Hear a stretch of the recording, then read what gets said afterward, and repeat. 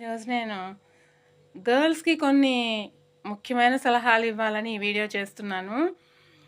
ఆడపిల్లలు ఈ రోజుల్లో ఈ లివ్ ఇన్ రిలేషన్‌షిప్ వచ్చిన రోజుల్లో చాలా జాగ్రత్తగా ప్రవర్తించాలి. ఈ లివ్ ఇన్ రిలేషన్‌షిప్ అనేది రావడం వల్ల కొన్ని విషయాల్లో వాళ్ళకి స్వేచ్ఛ ఉన్నప్పటికీ దాన్ని సరిగ్గా ఉపయోగించకపోతే ప్రమాదంలో పడతారు. పూర్వకాలంలో పెళ్లి చేసుకుంటేనే తప్ప మగవాళ్ళ దగ్గరికి వెళ్ళే ప్రశ్న లేదు కాబట్టి వాళ్ళు కూడా అలా అడిగేవాళ్ళు కాదు. ఈ రోజుల్లో అలా కాదు.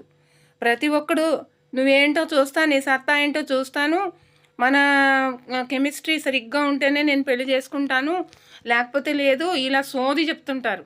అవన్నీ నమ్మకండి. కెమిస్ట్రీ లేదు, వాళ్ళ ముఖం లేదు, అదంతా మోసం. అసలు బయటికి వెళ్ళకుండా ఎక్కడ మీరు వాళ్ళని ఏకాంతంగా కలవకుండా ఉండాలి. ఎందుకంటే ఏకాంతంగా కలవడం అనేది చాలా కాస్ట్లీ విషయం.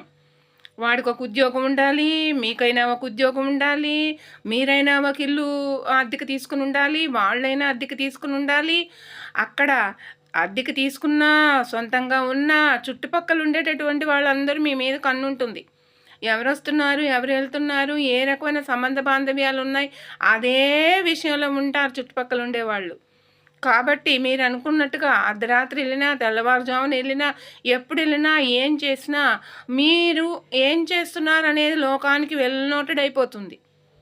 ఇవాళ ఒకడితో వెళ్ళిన తర్వాత వాడు నిన్ను వాడుకున్న తర్వాత ఇంకొకటి దగ్గరికి వెళ్ళాల్సి వస్తుందా? అప్పుడు ఈడు సరిగ్గా మంచివాడు కాదని ఎక్కడో చోట బయటపడిపోతుంది. అప్పుడు ఇంకోటి దగ్గరికి వెళ్తే ఇంకా వ్యభిచారానికి దీనికి తేడా ఏముంటుంది? కాబట్టి మగవాళ్ళు చాలా తెలివిగా మిమ్మల్ని వాడుకుంటారు. మీరు పూర్వకాలం పద్ధతుల్లోనే ఉండాలి. తల్లిదండ్రులు చెప్పిన మాటే వినాలి. ఏదైనా అరేంజ్డ్ అయిన తర్వాతే ఏదైనా మాట్లాడడం మొదలు పెట్టాలి. ఈ లివ్ ఇన్ రిలేషన్షిప్ అనేటటువంటిది అనవసరం. అది పెళ్ళైనటువంటి వాళ్ళు, భార్యాభర్తలు సరిగ్గా లేనటువంటి వాళ్ళు, లేకపోతే ఒక ఏజ్ దాటిపోయినటువంటి వాళ్ళు అటువంటివి ఏమైనా చేస్తారేమో. అది కూడా కరెక్ట్ కాదు. అక్కడ కూడా మగవాళ్ళు ఎక్స్‌ప్లాయిట్ చేస్తారు. అక్కడ కూడా ఆడవాళ్ళనే వాడుకోవాలని చూస్తారు. మీ ఇంటికే వస్తానంటారు. వాళ్ళు ఆడవాళ్ళ సెక్యూరిటీ మీద, వాళ్ళ ఇంటి మీద, వాళ్ళ ఆస్తి మీద ఆధారపడతారు కానీ తన సొంత విషయాలు అన్ని అబద్ధాలు చెప్తారు. ఇవన్నీ ఏ ఏజ్ గ్రూప్లో ఉండేటటువంటి ఆడపిల్లలైనా సరే జాగ్రత్తగా ఉండాలి. మగవాడు నన్ను చూడగానే నేనంటే ఇష్టపడుతున్నాడు అనుకుంటే అది మీరు పప్పులో కాలేసినట్టే. మగవాడు తన అవసరం గడుపుకోవడానికి వాడుకుంటాడే కానీ తర్వాత ఆడపిల్లని పెళ్లి చేసుకోవటం, లేకపోతే పెళ్లి చేసుకోకపోయినా వాళ్ళకి ఏదైనా సెక్యూరిటీ చూపించడం అనేది అబద్ధం. చాలా అబద్ధాలు చెప్తారు మగవాళ్ళు. తమ అవసరం గడుపుకోవడానికి ఎన్నైనా అబద్ధాలు చెప్తారు. ఇవన్నీ కూడా జాగ్రత్తగా ఉండాలి. ఎక్కడికైనా బయటకు తీసుకెళ్తానంటే కూడా అది కూడా నమ్మద్దు. బయట ఎక్కడైనా ఇప్పుడు హోటల్ అటువంటి వాటిల్లో అయితే రికార్డ్స్ అంటే మీరు ఎవిడెన్స్ చూపించాలి కదా, మీ ఐడి చూపించాలి. కాబట్టి వాళ్ళు ఎస్కేప్ అవడానికి అట్లాంటి వాటికి రాకుండా పబ్లిక్ ప్లేసెస్లో మీట్ అవుదామంటారు. పార్కుల్లో, లేకపోతే బీచ్ల్లో, లేకపోతే లోన్లీ ప్లేసెస్లో మీట్ అవ్వాలంటారు. అది కూడా నమ్మద్దు. చాలా మోసాలు ఉంటాయి అందులో. వాళ్ళతో పాటు వేరే వాళ్ళని కూడా తీసుకురావచ్చు. అందరూ కలిసి ఏదైనా చేయొచ్చు నిన్ను. అది కాకపోతే ఒకవేళ వీడు మంచివాడే అయినా మిమ్మల్ని ఎవరో ఒకళ్ళు ఫాలో అవ్వచ్చు. వాళ్ళు మంచివాళ్ళు కాకపోవచ్చు. వాళ్ళు మిమ్మల్ని ఏదో ఒక రకంగా వాడుకోవాలని ప్రయత్నించవచ్చు. వీడు ఒక్కడేం చేస్తాడు, ఇదేమన్నా హీరోనా, సినిమాలా, వాడు 10 మందిని కొట్టేసి నిన్ను రక్షించడానికి. కాబట్టి ఎట్టి పరిస్థితుల్లోనూ బయటకు వెళ్ళబాకండి. ఎట్టి పరిస్థితుల్లోనూ మగవాళ్ళని నమ్మబాకండి. పెళ్ళి అయ్యే వరకు సెక్స్ అనే విషయాన్ని గురించి ఆలోచించబాకండి. తర్వాత మ్యారేజ్ అయిన తర్వాత కూడా మగవాడు నిన్ను మంచిగా చూసుకుంటాడనే నమ్మకం ఉండదు. అటువంటి సందర్భంలో మీరు పిల్లల్ని కనడానికి తొందరపడద్దు. పిల్లల్ని కన్నారు అంటే తర్వాత వాళ్ళ బాధ్యతని మీరు టేకప్ చేసే పని అయితేనే కనండి. ఎందుకంటే ఈ రోజుల్లో మగవాడు ఆడవాళ్ళు సమానమే అన్నప్పుడు ఆస్తిలో కూడా వాడికి ఏ రకమైనటువంటి హక్కు రావడానికి అవకాశం ఉండకపోవచ్చు. వాళ్ళు చెప్పినన్ని అబద్ధాలు ఉండొచ్చు. వాళ్ళ దగ్గర ఆస్తులకు బదులు అప్పులే ఉండొచ్చు. తల్లిదండ్రులు మిమ్మల్ని కొట్టి పంపించేయచ్చు, ఆ బిడ్డను చంపేసేయచ్చు. కాబట్టి పెళ్ళైనంత మాత్రాన సెక్యూరిటీ ఉంటుందని, బిడ్డని కన్నంత మాత్రాన ఫైనాన్షియల్ సెక్యూరిటీ ఉంటుందని ఎప్పుడూ అనుకోకండి. ఈ మారిన రోజుల్లో ఆడవాళ్ళకి ప్రమాదాలే ఎక్కువ ఉన్నాయి. కాబట్టి సెక్యూరిటీ జాగ్రత్తగా మీకు మీరే చూసుకోవాలి. ఎవరికి వాళ్ళే చూసుకోవాలి.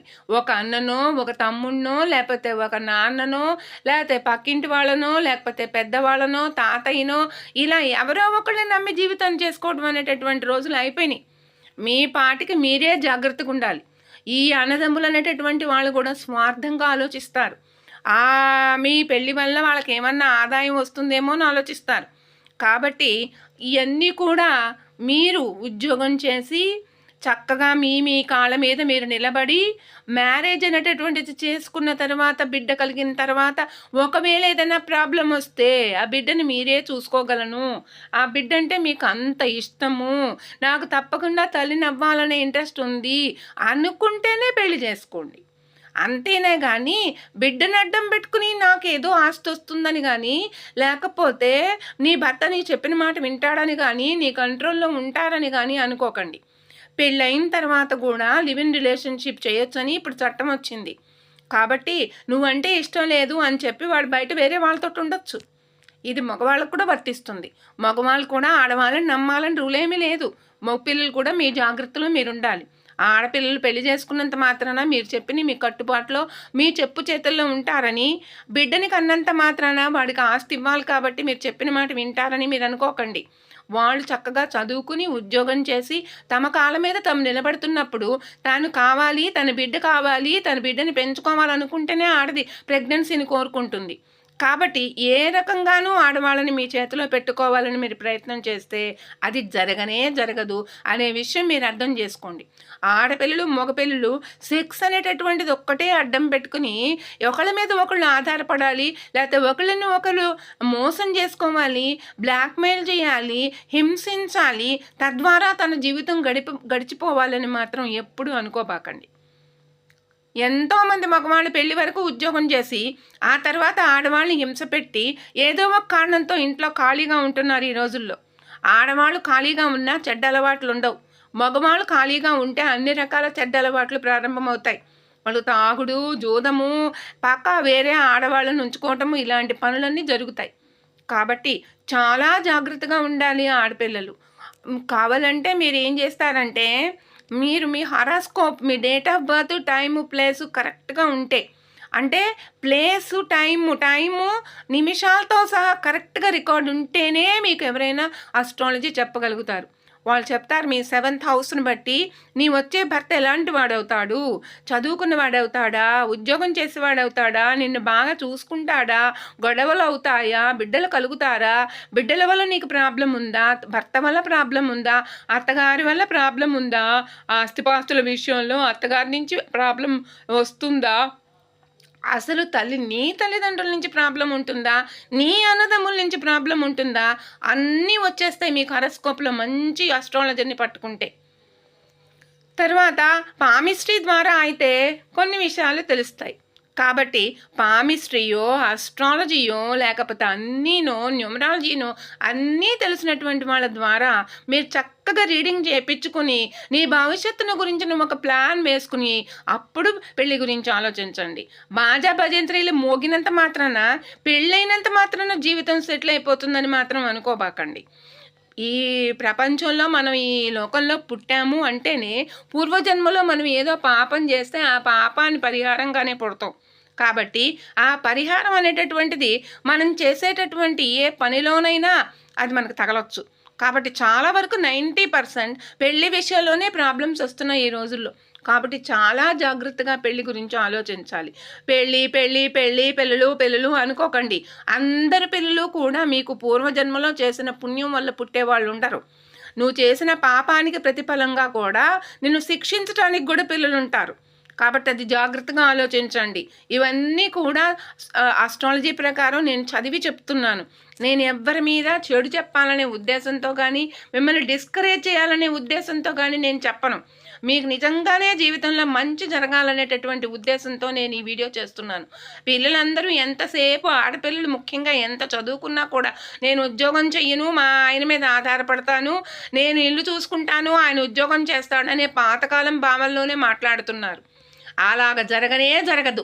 ఇప్పుడు మీరు కట్నం లేకుండా పెళ్లి చేసుకుంటున్నారనే ఒకే నెపంతో మొత్తం ఫ్యామిలీ అంతా నీ మీదనే వదిలేస్తున్నారు మగపిల్లలు. అది జాగ్రత్తగా ఆలోచించండి. మీరు రేపు ఎక్కడైనా కోర్టుకి వెళ్ళినా కూడా అదే అంటారు, నీ చదువు ఉంది కదమ్మా, నువ్వు ఉద్యోగం చెయ్యి, నువ్వు నీ ఇండిపెండెంట్గా నువ్వు జీవించాలి, కాబట్టి నీకు ఏం భరణం అనేది రాదు అని కూడా చెప్తున్నారు. భరణం అనేటటువంటిది భార్యకి ఇవ్వడం అనేది ఇంక ఇప్పుడు లేదు. అది బిడ్డకు మాత్రమే ఆస్తిగా సంక్రమిస్తుంది అంతవరకే, ఒకవేళ వాళ్ళకి ఆస్తుంటే. ఈ విషయం మీరు బాగా అర్థం చేసుకోవాలి.